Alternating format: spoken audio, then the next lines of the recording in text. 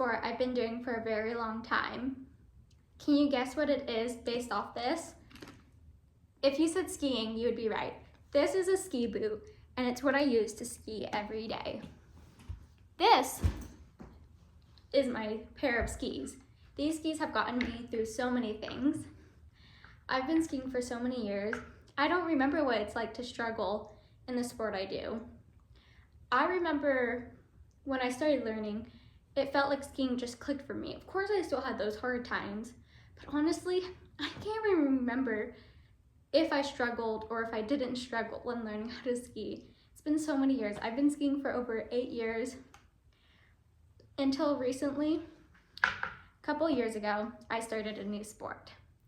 And it was a challenge learning how to struggle in a new sport because I had already been doing another sport that I had been so good at. I found myself struggling in a new sport and I didn't know how to cope with it. So what sport did I end up doing? Well, it's track and field. And how I got into it was my sophomore year, sitting at home bored, and I said, I don't know what I should do. I'm really bored. And my mom looked at me and she said, you should sign up for a school sport. So I went onto our school page and saw that spring sports were the next one available. And I signed up for track and field. I was so nervous for my first practice because I didn't know anyone and I didn't know how practice would work. But I still mustered up the courage and walked into track practice. And there I met 2 of my best friends. They helped me understand what practice would look like and what competitions would look like. They also helped me during my first competition because I was so lost and didn't know what to do. But I kept going to practice, and soon my first ever competition rolled around, and there I was, all of a sudden, standing in my blocks for my 100-meter race. I remember staring at my hands near the start line and thinking, how did I end up here? Am I even ready for this? Am I going to get out of my blocks? Am I going to fall? And then the horn went off, and there I was, running, pumping my arms, pumping my legs, and feeling that burn in your chest and lungs. I remember thinking, man, that finish line looks really far away. Then all of a sudden, I whooshed past the finish line, and there I was standing at the end. And I remember thinking, man, I just completed my first ever competition run. That was fun.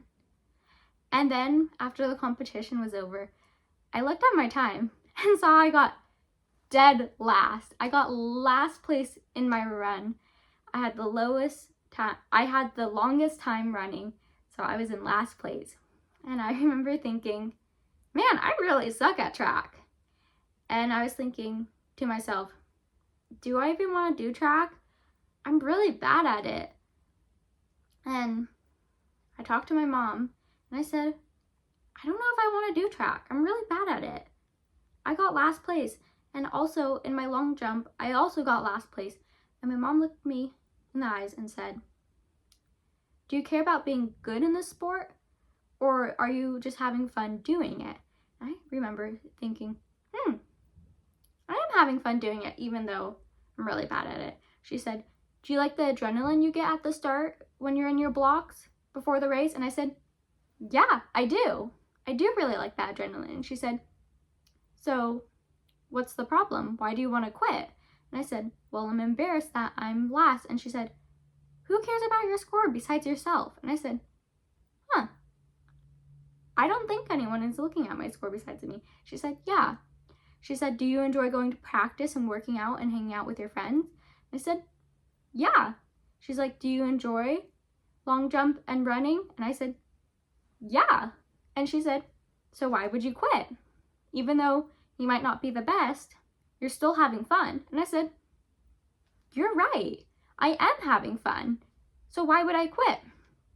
I let that self-doubt creep in about being too embarrassed that I'm not good at something because I had been so good at a sport for so long. I had been so good at skiing for so long, I forgot what it was like to struggle in a sport. And as time went on, I got better at track. I am definitely not the greatest person in track, but I've gotten so much better, and I want to show you my first ever varsity meet that I got to do during my junior year in high school. It was my first ever varsity meet, and I honestly just got it because we didn't have enough long jumpers, but I remember I got my biggest PR of the season at that competition. Here it is. There she goes. Get those legs up. Oh, she jumped from the second. That was my jump, and I got a PR, which is personal best, of 11 feet and 5 inches. And my previous personal best was 10 feet and 9 inches, I think. And I remember thinking, wow, this was my first varsity meet and I made a big PR. And there I was at another varsity competition. And I did another PR. And even though I might not be the best at track, I continued with it. And I slowly and slowly kept getting better and better. And in no means am I the best in my group. I'm actually still the worst long jumper in our varsity meets, but I'm still doing it because I love it. And I wanted to share this story with you guys because I want you guys to also know that it's okay to do something even though you suck at it. The thing that matters is that you're having fun doing it. It doesn't matter if you're good at the sport or good at what you're doing.